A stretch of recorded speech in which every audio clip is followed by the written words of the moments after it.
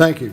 Next up, we have The Woman's Gaze, Tess Schlesinger. Those of you who enjoyed the movie showing last night, Tess Schlesinger was one of the screenwriters who worked on the project.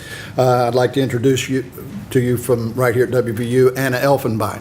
Thank you so much. Will someone kill the lights? Is that possible? Yeah. Okay.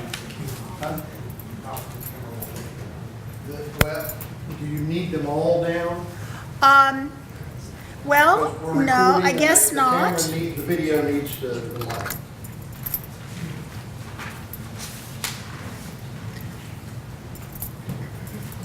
Oh, there. I'm used to having a mouse. Can you get my image up and get it in slide mode? Okay.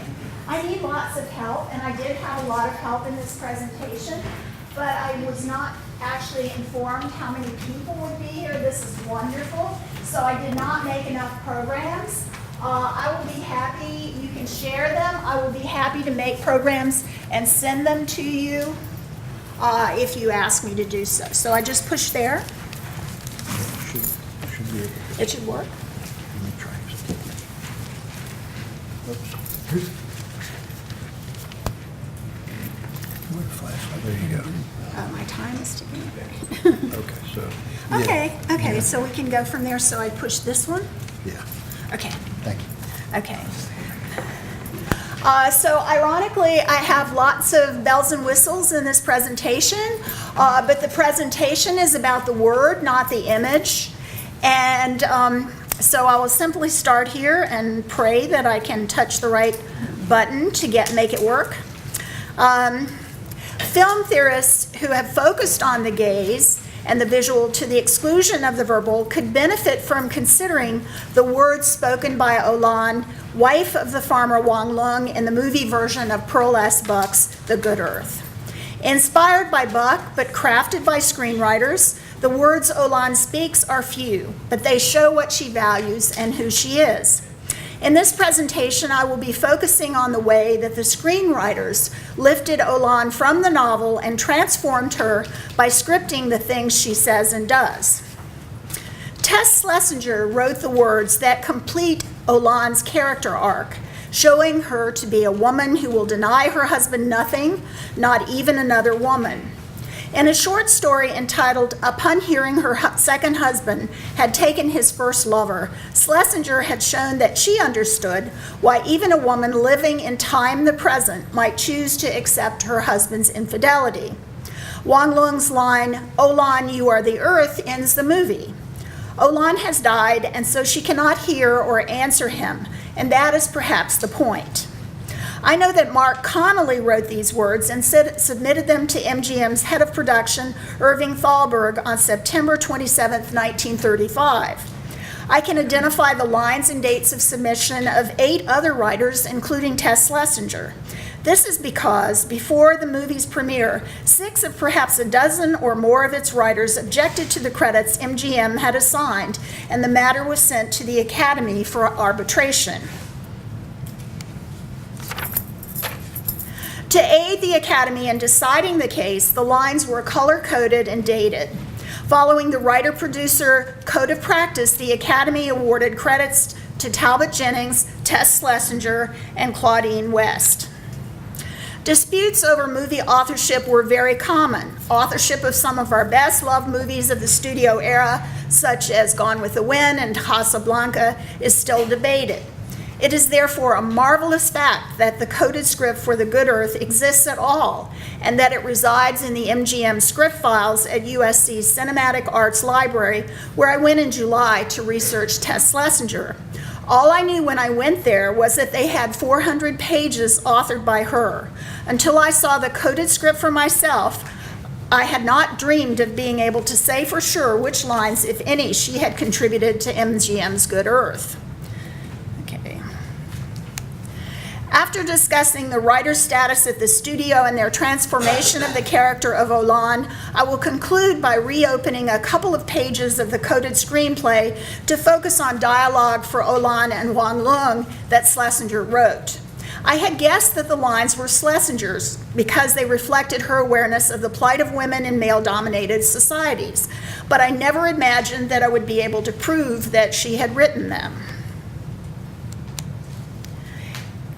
It must have been a shock for Schlesinger, who had just begun her career as a well-regarded writer of fiction and had been hired by Thalberg for $1,000 a week in 1935, to find that Hollywood writers, though well paid, were at the bottom of the pecking order.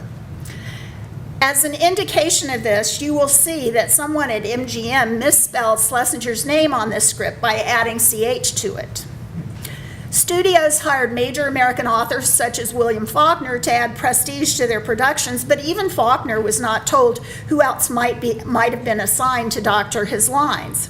The highest paid scenarist in Hollywood, Frances Marion, observed that she and women like her carried the scripts on which they were doing rewrites in unmarked plain covers because we knew that male authors were complaining about the tyranny of the woman writers supposedly prevalent at all the studios then, and particularly at MGM. But this was not the only tyranny that ground MGM writers down. For when they submitted their work for Thalberg's approval, he forwarded it to Joseph Breen of the Motion Picture Code Administration, which eliminated sexually suggestive or politically provocative content before shooting could even commence. Writers adapting Buck's novels also had to deal with the fact that the Chinese nationalist government, which wished to present the best face of China to the world, could veto their lines. Thalberg was said to be a friend of writers. Schlesinger captured his ambivalence, however, in a sketch of him she wrote for a novel she never had the chance to complete, observing that he loved to waste money on a picture, just as he loved wasting the brains of his writers. He couldn't help admiring most those writers who refused to be tempted by Hollywood, and for one of those, he would go to any price. The time it took to settle on a script factored heavily in the cost of production, with writers paid from $500 to $2,500 a week for various lengths of time. Describing the waste involved, Paul Muni, who stars as Wang Lung, told a story that is perhaps apocryphal of Thalberg having all of the writing that had been submitted made into a pile which towered over his head. After purchasing the film rights, MGM does not appear to have sought input from Buck or the Davises on the screenplay. In a letter to an executive at MGM's New York office, Buck volunteered to provide feedback when you have a scenario ready. She advised MGM on the logistics of shooting in China and urged the studio to hire Chinese actors for the major roles.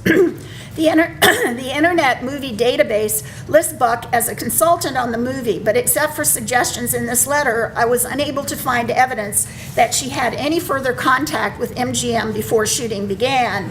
After the movie premiered, she asked for a share of the profits for a worthy cause, but MGM did not respond. The studio marketed the movie as though Buck had approved its final cut.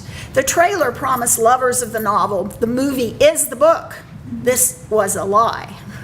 In a memo, MGM associate producer Albert Lewin described the many changes that had in fact been made. He characterized the tone of the novel as one of bitterness, irony, and futility that is epitomized in the final scenes in the book, in which Wang Lung's sons agree to sell the land which he has spent his entire life to acquire and preserve. Lewin bragged that the movie had completely altered the novel's tone so that even the incident of the second wife, whom Buck had depicted as a prostitute in a brothel, tests the family but fails entirely to destroy them, and the end of the picture sees the family united in even greater devotion.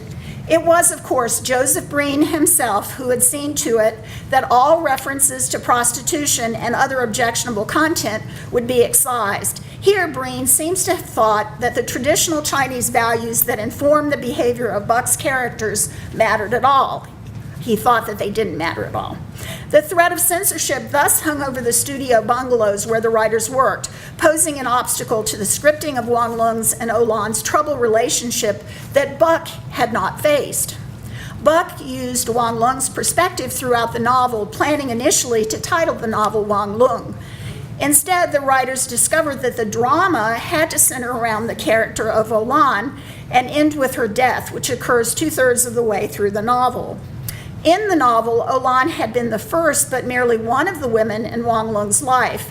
And in the Wang family saga, which begins in 1903 in The Good Earth and continues in its sequels, Sons published in 1932 and A House Divided in 1935.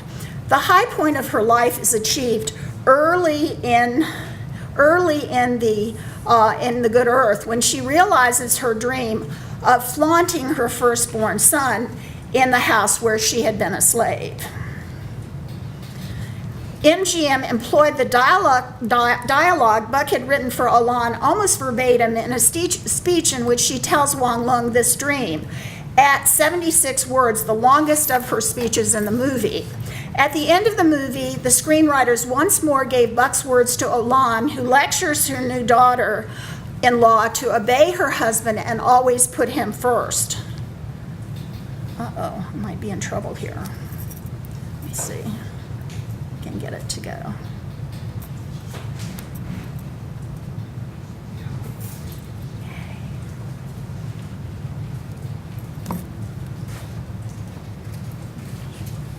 We can have, yeah, there's sound there.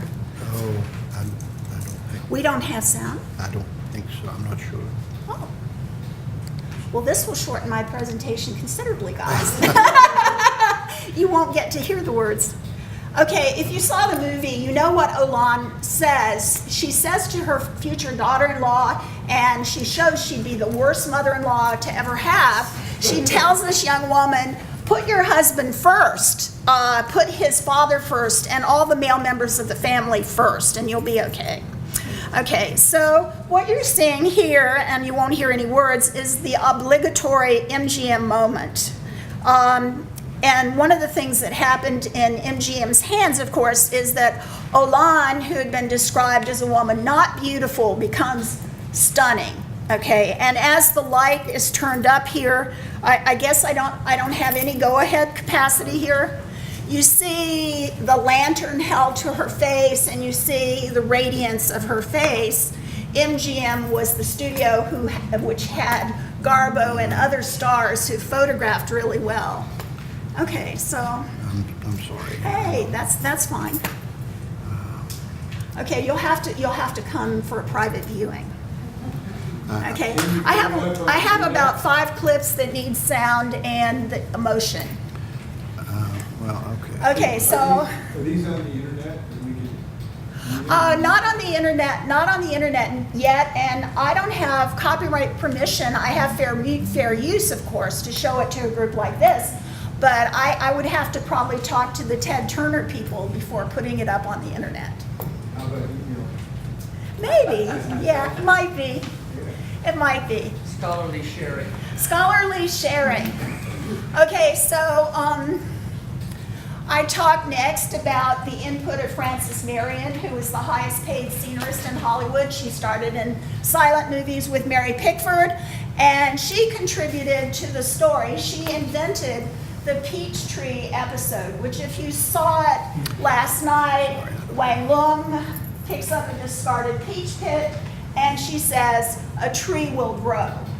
The screenwriters, subsequent to Frances Marion leaving the project after being 2 years into it and many, many pages, squabbled over whether Wang Lung should say, a tree will grow or a tree might grow. And there's actually evidence in the script files of a cross out of might and the decision to go with will, which of course, if you think about it and you think about how words really count, shapes our view of Ilan as a woman who can control her environment. Okay, so we're just not going to have that. Okay, so Ilan says a tree will grow. And we see in the movie, I'll just do the silent ones. Okay, here's the tree. If you saw the movie last night, you see this tree growing in the movie. Okay, so one of the screenwriters, Frances Marion, gave us this. Okay, so here, and we've talked about agriculture. On the screen, we see Ilan's image as a hardworking farm wife dissolve into that of an ox. But thanks to the words she speaks, we know that she is not the beast of burden that Buck Swang Lung and the cinematographer and/or film editor believed her to be. Instead, the writers give her dialogue that shows her thinking, reasoning, and planning. Understanding the signs, she tells Wang Lung that they must leave the land because famine is upon them. When she has a baby, she kills it to make their flight possible. Her telling Wang Lung that their child is dead takes second place to her keeping him from selling the land. Okay, this is a 2-minute clip that we're not going to have. There's a tag coming right now. Oh, well, okay. We can go on. We do this all the time, right? Okay, and Ilan would do this, right? So in her spirit, I can carry on. Okay. Wang Lung and Ilan join refugees fleeing south. Once they have arrived, Wang Lung laments his fate. Ilan teaches their children to beg. She restores meat one of the children have stolen from the pot after Wang Lung has flung it aside. Meat is meat, she says. The writers, some of them had written scenarios for silent movies, do a good job scripting her actions without sound, or largely without sound, crowd noises only. When rioting breaks out, Ilan joins a mob of looters. She is trampled, rendered unconscious, and sustains a permanent injury. Okay, we have some. Okay, teaching her children to beg. Okay. Okay. Okay, here are the jewels. Insert shots, right? Okay, so for her husband, Ilan has committed infanticide, taught her children to beg, fed them stolen food, robbed a wealthy family's house, and proposed to sell her daughter. How would such a woman deal with this situation of being told that she has to give back the pearls, the only thing that she has asked for from the loot she has taken? The answer, and I think it is a stunning one, appears in the dialogue Tess Schlesinger wrote for Wang Lung and Ilan. Because it is explicit about the nature of Wang Lung's desire for Lotus and about the lengths to which Ilan will go to stand by him, it seems to scream for Breen's blue pencil. But it completes the character arc that MGM writers had created for Ilan brilliantly. Okay, here is the coded script. Okay, we're just going to go by fast. Again. But now, I should be able, but I might not be able to do magic things with this. This page actually slides aside, and I don't know if I can do it with this. Oh, my magic isn't working. We're returning to the mode of the word alone and not the visuals. Maybe this was meant to be. Oh, how did you do that? I don't know. Okay. Okay, so this is what I saw that actually made my hair rise on my neck when I was plunging through these archival boxes, and I came on this, I thought, oh, okay, as you can probably see, because we have beautiful visuals here, these lines are coded, okay, and color-coded and dated. So we know that the green from the cover is Tess Schlesinger's coded line. And all she wrote for this line on 11/27/35 is "There's a woman" for Wang Lung to speak. Okay? So, okay, you can go on. Thank you so much. This is a community effort. Okay, we're going to go for a close-up soon. Okay, at Wang Lung's request in the script, Ilan gives him the pearls. In the words of Frances Marion, Ilan says, "I know that I am ugly and not to be loved."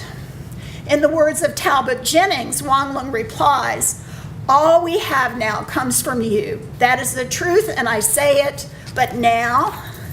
Then, in the words of Tess Schlesinger, amplifying the words of Frank Schultz, Wang Lung explains, there is a woman. Close up on, okay, one more effort here, because I have the close up on the line. Try just pushing this. Oh, wonderful. Okay, once more. Okay, so here's the line she wrote. Scripting Wang Lung's words, Schlesinger has him say, "It is like a sickness. When I am with her, it is not enough. When I am not with her, there is nothing. Even the land is nothing." To which Schlesinger has Ilan reply, "Then it will be better when she is in your house." Now, this is a total invention. This had never happened before in all the scripts. Think of the scripts. Thalberg was not a tall man, but we're talking maybe 5'10" worth of scripts. Okay, this happened. So, mirabile dictu. It seems a miracle that these words made it into the movie. How did it happen? It is reaching, but I have considered, okay, and maybe you'll have some ideas too. The possibility that Irving Thalberg's death on the very day that Schlesinger submitted her draft of this scene, September 14th, 1936, may have had something to do with the presence of these words in the movie. On that day, everything at MGM in Hollywood stopped. In the crisis, Schlesinger's manuscript probably lay on Thalberg's desk, never to be read by him or forwarded to the Breen office. Then subsequently, perhaps in one of the story conferences that accompanied the shoot, during which words were being deleted, added, and polished, Schlesinger's words emerged as the ones that would solve the story problem at hand. Obviously, I do not know what happened and how Tess Schlesinger's words came to be used. I really look forward to further research. Okay, thank you.